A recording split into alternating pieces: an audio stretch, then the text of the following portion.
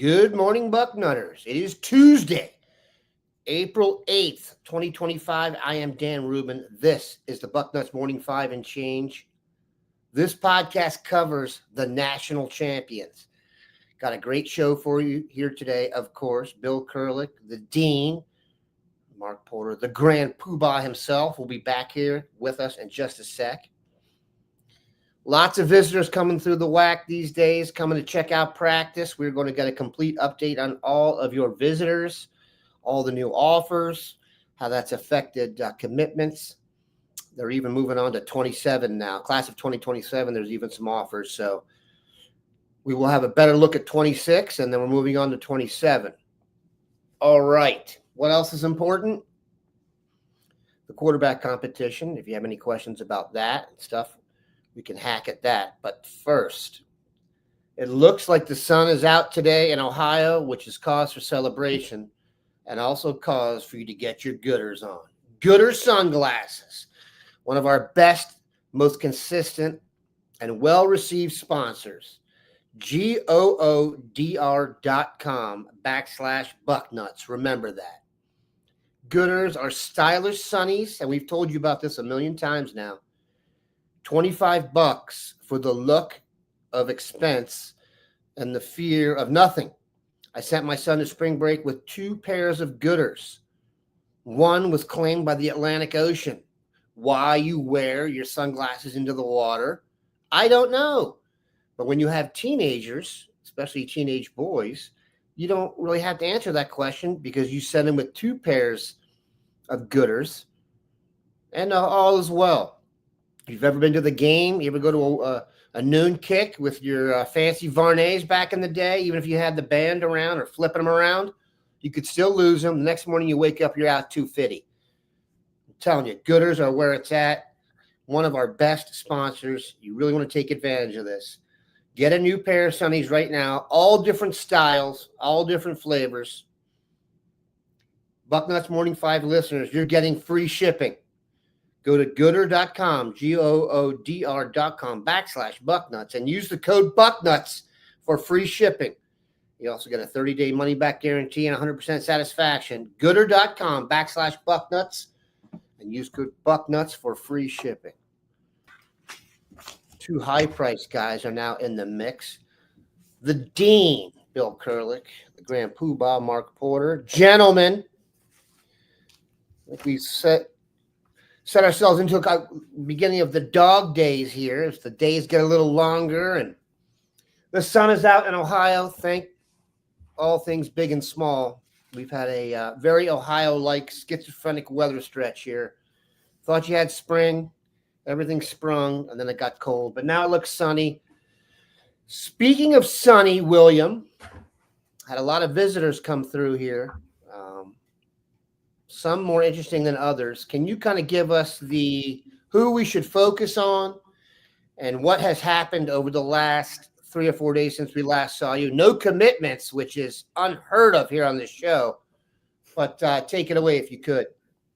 Well, yesterday I thought was interesting in that, we've talked about previously how in the last couple of years, Ohio State has broken down some doors, getting kids out of Alabama, for instance. That wasn't really a common thing prior to the last few years, but Ohio State certainly broke that door down with both transfer portal guys, thank you, Nick Saban, and high school guys. Now they're breaking down other doors potentially. Las Vegas, Nevada is not exactly the hotbed of Ohio State recruiting. Well, 2 really good players from Las Vegas, Nevada were at Ohio State yesterday, and they both were offered a scholarship. Damani Warren, wide receiver, who is the number 5 wide receiver in the country and who has always liked Ohio State, he said when I talked to him last night. He got offered, very interested in Ohio State, and Zach Ferris, a very athletic tight end, got offered by the Buckeyes, both on their visits yesterday. So I thought that was interesting. You go back a day or 2 further to the weekend. Again, not exactly another hotbed of Ohio State recruiting in years past, the state of Mississippi. But Braylon Womack was on campus, and he had a very good visit to Ohio State. It was a weekend visit, went very well. Spent time, of course, as you would guess, with Caleb Downs. Ohio State is a major player there, no doubt about it. In fact, I have said for quite some time, I do a feature called If I Had to Predict Right Now. And for quite some time, I've said in that feature, if I had to predict right now, I would predict Ohio State for him. So, I think it's been a situation where Ohio State is continuing to open new doors for their recruiting efforts. And then, of course, the state of Ohio, Nathan Bernhard, quarterback from Ashland, 2026 quarterback. He visited Ohio State yesterday, where it went well, and he is going to hopefully find out within the next week or so if Ohio State is going to offer him a scholarship. And then Ohio State did offer, you mentioned 2027 guys, Dan. Ohio State offered Ace Alston yesterday on his visit. He is a cornerback out of Cincinnati Anderson, who has absolutely become one of the top football programs in the state of Ohio. Anderson really has a lot of good players. They have Antoine Higgins, a 2027 linebacker the Ohio State offered earlier this spring, and now Ace Alston was offered yesterday, and he certainly is interested in Ohio State. So a whole lot of things going on for sure. All right, Mark, we're in your wheelhouse here. I don't know what's going on at Cincinnati Anderson. That's good to hear. Maybe they have changed their coaches in the last few years. Cincinnati is a tough place to get it rolling. A lot of good competition there. Let's go through the quarterback situation. You've only commented on Nathan Bernhard, I think, over under 7,000 times here on the show. So we do want to update that if things have changed. If he's still coming around, a lot of guys wouldn't be at this point. So good for him for sticking to it, especially now. It doesn't seem like guys are as willing to do the camp fight maybe with that NIL the way it was. So that's cool. But can you talk about what you think about him? And then Ace Alston from Anderson, right in your wheelhouse. And also you can obviously comment on Braylon Womack. The idea of adding Braylon Womack to Blaine Bradford would mean you're adding the top two defensive backs across the board, according to the composite, would be tremendous. So the floor is yours, Mr. Porter. Okay, let's start with Nathan Bernhard, and we have talked about him a bunch. I'm not surprised that he's willing to go work out for the offer. He's been a worker for the past year and a half. He's been tightening up his throwing motion. He throws it through a barn wall, if for lack of a better term. He can really rip it. But when a 7-on-7 earlier this year, he was launching 50, 60-yard passes at the end zone, and it was just a flick of the wrist. We'll see if Hartline and the new regime wants this style quarterback, the big, tall guy that'll pepper you, with the ball. He just picked up the Michigan offer, so that's kind of validating who he is. So I think if they are, like the motion, talking to Brad Mandler, he has done a lot, and that's the quarterback coach up there he's working with. Nate's up there a bunch, and they really do a lot of, upper rotational ability to get that ball coming out hot. So the progress he's made there is definitely showing up in his offer list. And then talk about Ace Alston, lightning quick, explosive, makes plays. A defensive back. We've had a run the past couple of years in Ohio, whether it's, Aaron Scott or Bryce West and some of the guys we've got recently, that he falls right in line with that. And who was the third guy we were talking about here? Braylon Womack. We did the breakdown on him last week, and you're right. That's an embarrassment of riches at safety. I thought he'd be the third safety in the class, but it wouldn't matter. He'd fall into that take him no matter when he commits type player. I want to make sure I messed up my speech there, but we have a Buckeye in the Sky, our latest guy, Luke Wafle. I think that's how you pronounce his last name, Bill. Is it Wafle? Right. Wafle. Correct. Wafle from defensive end out of the Hun School from the mean streets of Princeton, New Jersey, will be our Buckeye in the Sky. We'll take a look at that video here in a little bit. Bill, what's your feeling on Bernhard? How's this going to end up? Well, it's really interesting. The Elite 11 is in Massillon on Sunday, the regional Elite 11. It'll be at Massillon Washington High School. And Nathan Bernhard will be there, throwing, working out, etc. hoping to land a bid to the Elite 11 down the road, the main Elite 11. Also will be Ryan Day. He can go because his son, RJ Day, is working out. And I remember a couple of years ago when it was at Massillon, Washington, Ryan Day, Kirk Herbstreit, they were both there because they both had sons working out. But RJ Day will be working out also, so Ryan Day can go watch that. And he has told Nathan Bernhard that he will be there watching him and wants to see him throw one more time. And then Ohio State will Nathan feels like he will know relatively soon, maybe even at the end of the day, Sunday or Monday, if Ohio State is going to offer him or not. And Ryan Day told Nathan on the visit yesterday that if they do offer him, it will be a committable offer.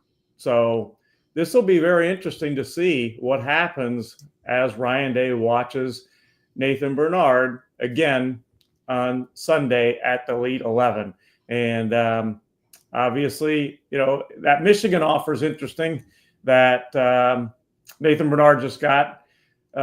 Michigan right now, I think they're waiting on Brady Smigel, the quarterback from California, to see what happens there.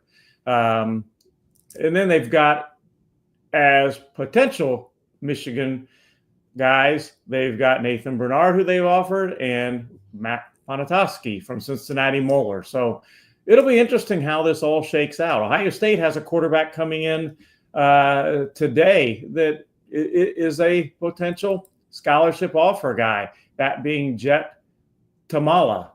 So we'll see what happens with him today on his visit and see if Ohio State maybe offers him a scholarship. I don't know that I would predict that they offer him today because they can always evaluate him in the spring. But in his case, he wants to make a decision here in the coming weeks. So I'm not sure, how long Ohio State has to offer him, although you're Ohio State. So even if he commits elsewhere and as a quarterback, you go out and offer, then, well, all bets are off. Should we be concerned about Brady Smigel? As far as going to Michigan, possibly, yeah. Interesting. All right, we'll keep an eye on that one. One guy I wanted to ask you about, Bill, Damon Ferguson, running back out of, we've talked a lot about running backs, Favor Aki, Savion Hyder, several others, Jay Lamar, that are coming off the top of my head there. Damon Ferguson was offered, I think, Milford Mill out of the Baltimore area. One, I've never heard of us offering a guy out of Milford Mill. Secondly, if you look at his offer list, Bill, Ohio State is pretty clearly the best team on there. There's a class of – I'm not trying to be negative here towards those schools, but there's a class of school he's been recruited by, and Ohio State would be the best one of that. I was kind of surprised just because the offer list of the other guys are a little bit more impressive. Your thoughts on that situation? Maybe you could tell us a little bit about him. His numbers are really impressive. We're going to get a chance to look at him real quickly here, but your thoughts. Yeah, he is a 5'11", 190-pounder out of, as you said, Dan, Milford Mill Academy. And he originally at one point was kind of being recruited as an athlete, but now he's being recruited as a running back. Ohio State did offer him as a running back. Carlos Lachlan offered him.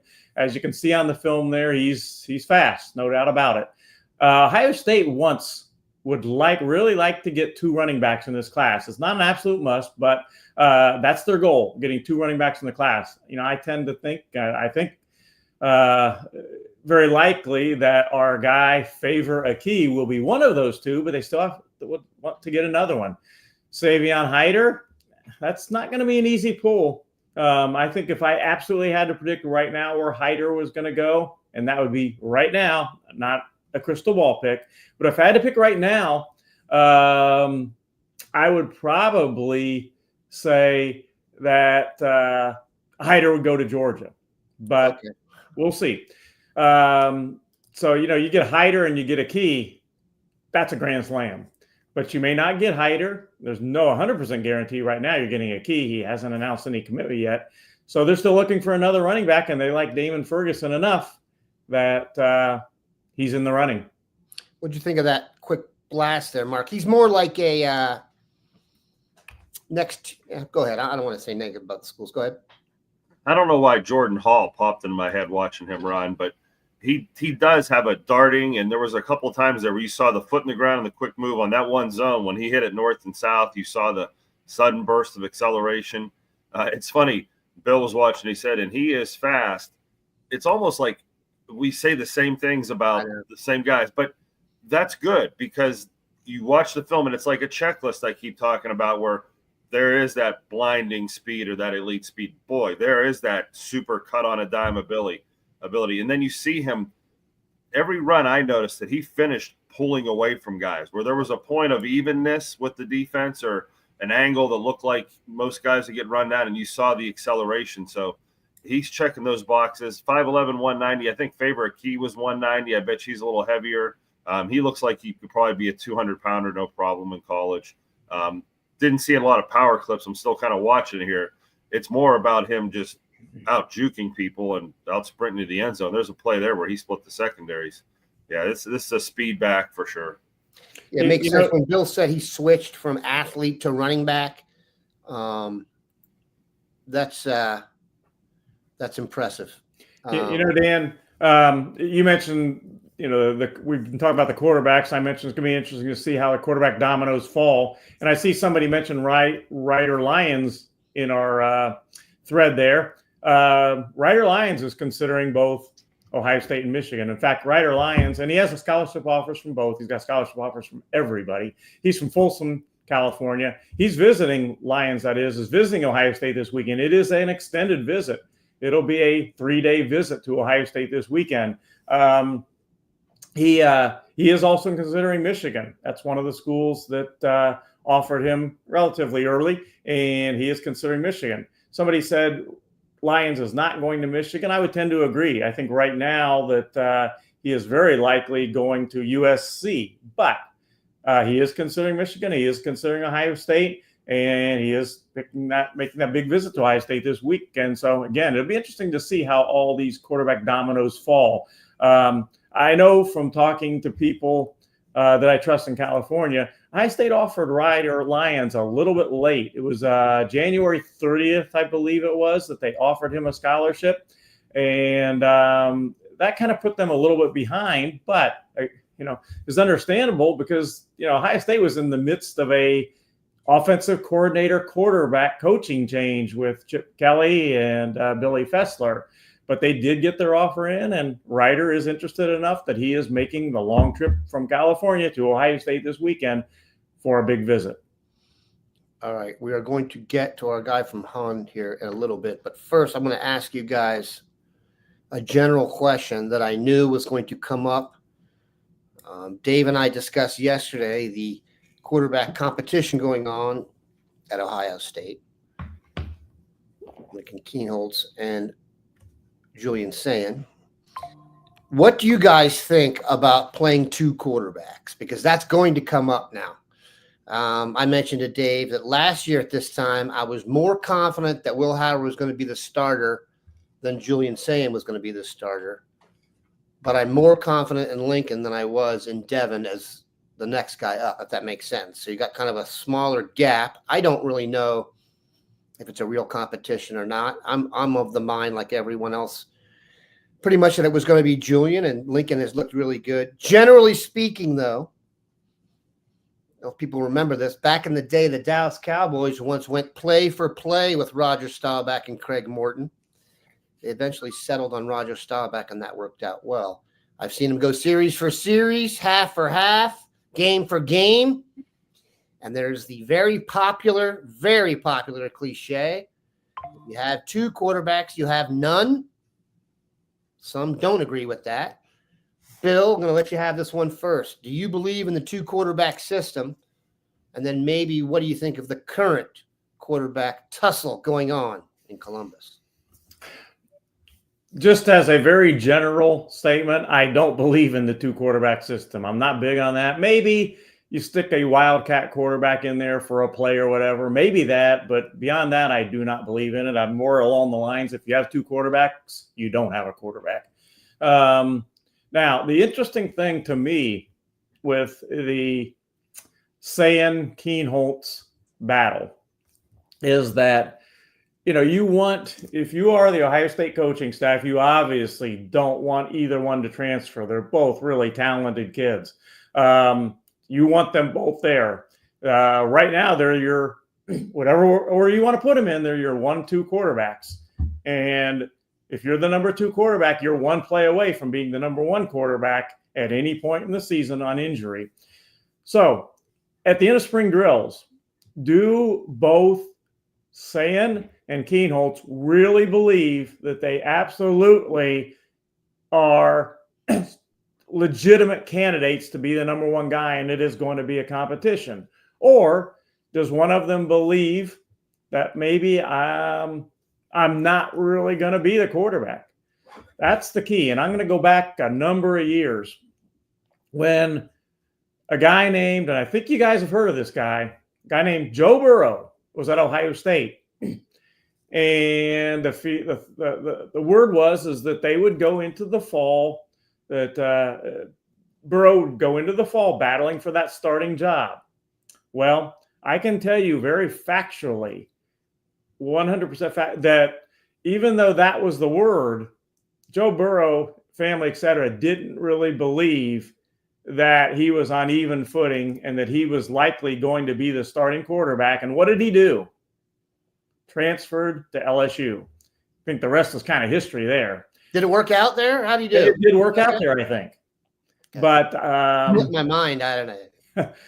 I think that's the same thing. Do both Sayin and Keinholz at the end of spring drills really believe that this is an even battle and that they will be the quarterback when it's all said and done? If they do, I think they're going to have a heck of a battle, and both of them will stay at Ohio State. Ask 7. I did not know that. That is glorious.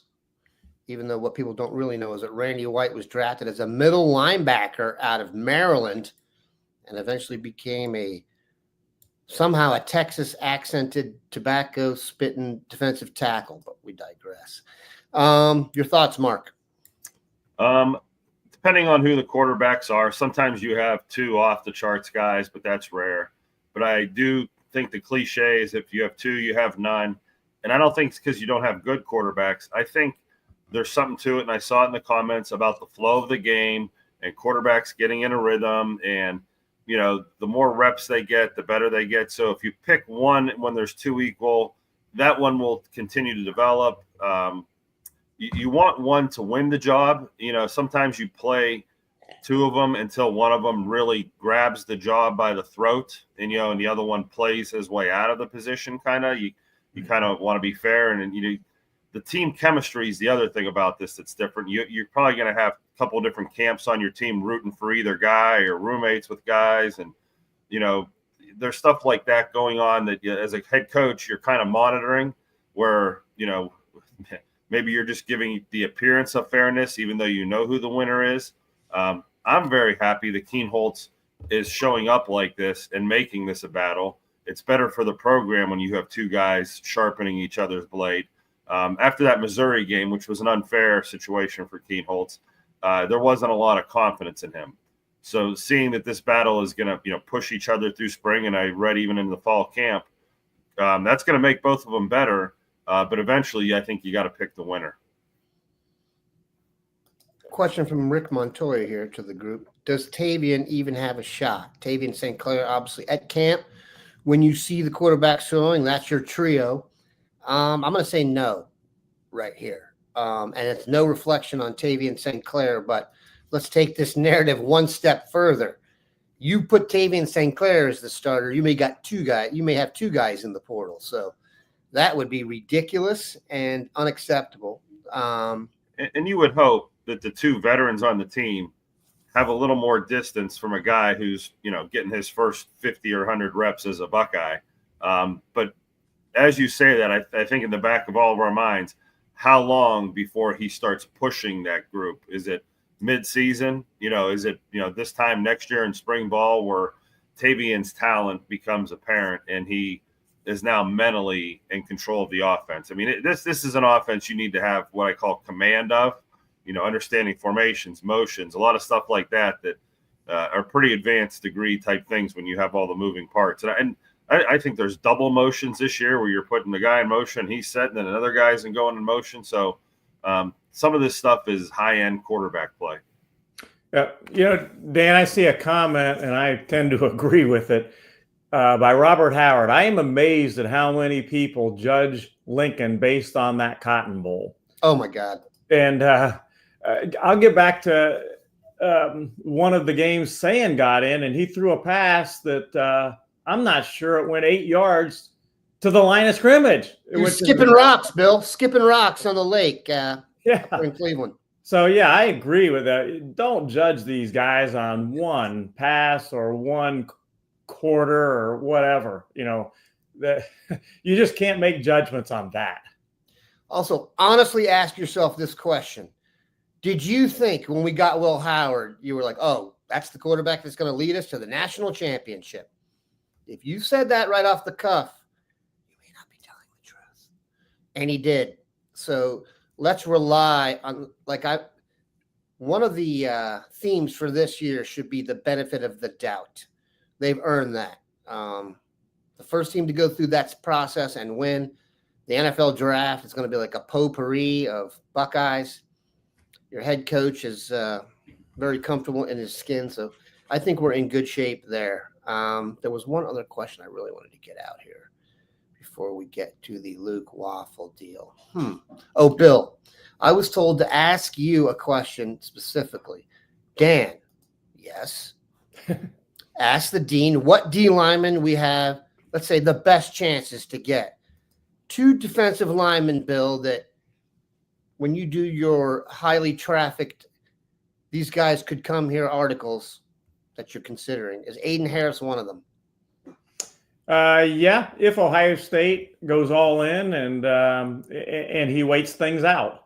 Right now, he's got official visits scheduled to, I believe, 4 schools, none of which is named Ohio State. He's talking about making an official visit to Ohio State during the season, which is a good thing.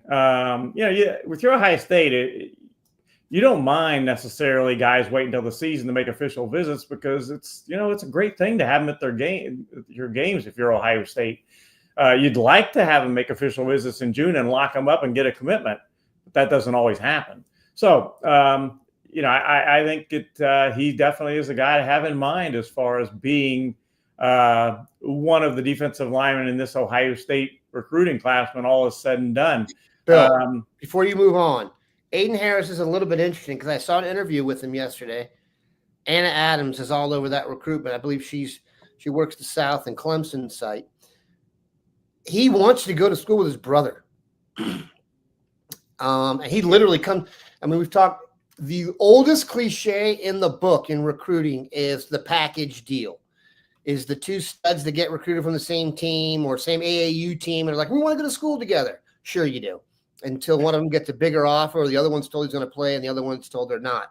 Aiden Harris is better than his brother right now by a good gap. But he has said out loud, we're a package deal. Now, when you're brothers, I guess that makes it more legit. I don't see them offering the brother. Do you? And do you think that's going to end up being the deal breaker? Well, they have offered the brother, but I think you know what I mean, Bill. Yeah, but I don't know that I don't like you said. He's not in my opinion, he's a good player, but I don't see Ohio State's push being as strong for him as it is for Aiden, which is what you're alluding to, Dan. Sure. So, do they press for both of them?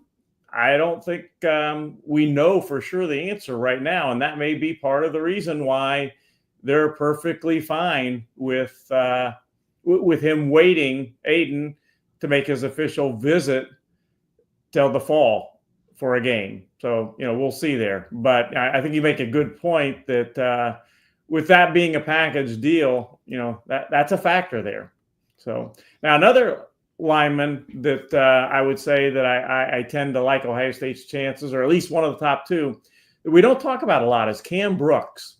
He is out of Thomasville, Georgia. He is a listed in the 247 rankings as an edge, and he is an edge, but Ohio State's recruiting him as a defensive end. They think he can be a 6'3", 250-pound defensive end type guy. And I think in the end, his decision will come down to Ohio State or Florida State.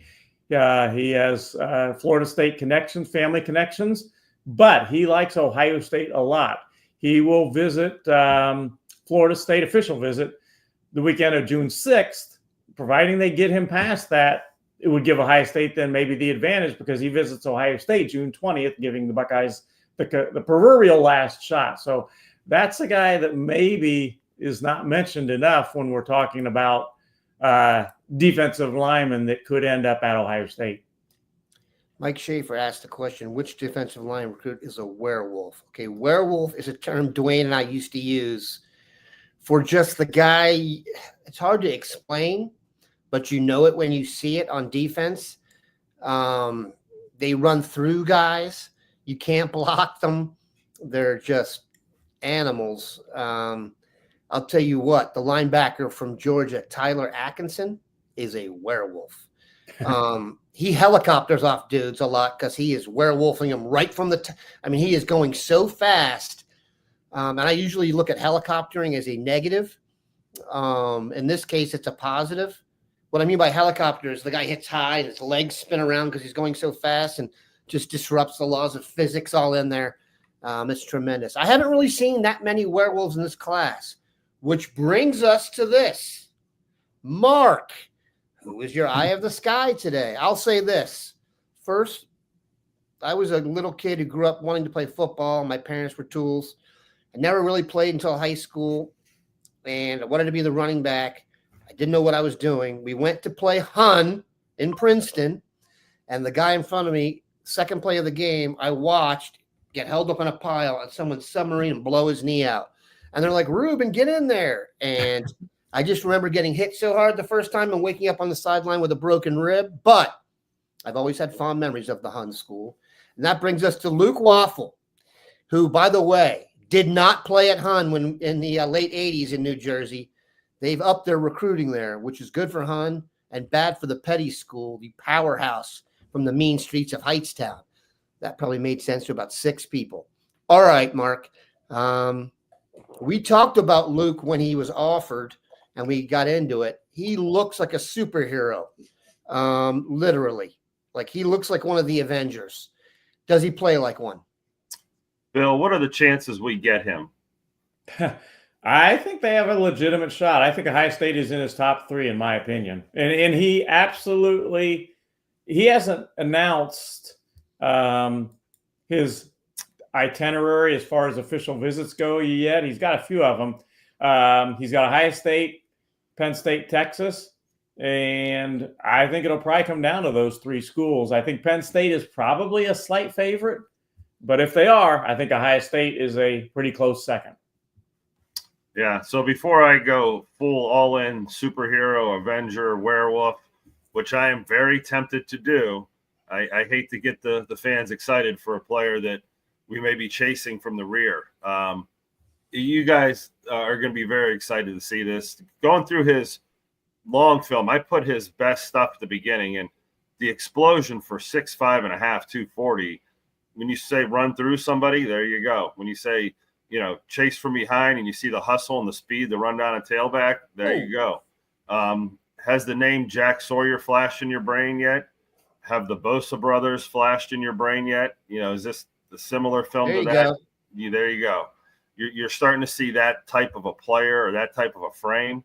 And I think that what you're seeing on film at 245 pounds isn't going to be half the man you're going to see at 260 or 270 pounds of rocked up core muscle, like a grizzly bear in there. This is a big time player. This is one of those players that I'd like to see Ohio State land just based on the upside. And I know Dan will probably cut us short here. This film is really strong with a body that's a prototypical edge body. And, he has like a little bit of twitch to be a pass rusher, but he also has that anchor ability, much like a Sawyer kind of can do both, or the Bosas did both. And there we go, putting him in rare air with 2 unbelievable comparisons for, that are going to make Ohio State fans drool out the side of their mouths. So, Bill, I hope he is in the top 3, and I hope we do get him. I think if you're how would you like to be Luke? I'm sure he's hearing from Penn State, Abdul Carter, come here, be happy. And I know he's hearing from Ohio State, Jack Sawyer and JT Tuimoloau, come here. So that's a pretty good position for Luke to be in. Here's what I would like them to do. Take a picture of Nick and Joey Bosa's tax returns and send them somehow to that household. And that's fun to look up, even if you're not being recruited by them. Good Lord, if those dudes made a lot of money. Holy cow. When you see those pictures of like the Bosa brothers and like Burrow and Sam Hubbard out socializing, do you think they struggle? Do you think there's anyone who wants to hang out with them? Those 4? Good God. All right, I digress there. I think I just went into a dreamland sequence there for a minute. I would like to hang out with them 30 years ago. Bill, doesn't he have a brother that plays college football? You talking about Luke? Yes. Oh, gosh. I'm pretty sure he does. I believe in that. I haven't talked with him about that, to be honest. I think he has an older brother that plays college football. That can always be a challenge. If not, even better. All right. I think we're going to wrap the show up there. Let's see if we have any. Bill, Terry wants to know, will Luke Wafle be at the spring game? Not that I can recall him telling me. He already visited Ohio State this spring, and there's always a chance he could come back. And to be honest, I haven't talked to him in the last week, so I'll check with him and see. But he has not. He did not mention that previously to me. Let me say that. Yep. Is it Neil the one coming through for me here? Penn State, is that right, Mark? Is it possibly Owen Wafle who went to Michigan? It could be. That might be the article. Where did Owen Wafle go to high school? Yeah, it happens to be the Michigan commit, Owen Wafle. Yep. There you Where go. did he go to high school? Hunt School. Owen Wafle did? Owen, yeah. Oh, then that's it says here he's the older brother. Yeah, that's 100% chance. The Hunt School is not the Princeton. Yeah. There's Princeton Day School, Princeton High School, the Hunt School. They're near Princeton for a reason. The Hunt School is a tremendous prep school, so he will not struggle academically here as well. All right, good stuff. Luke Wafle. There won't be any breakfast-related headlines with that guy.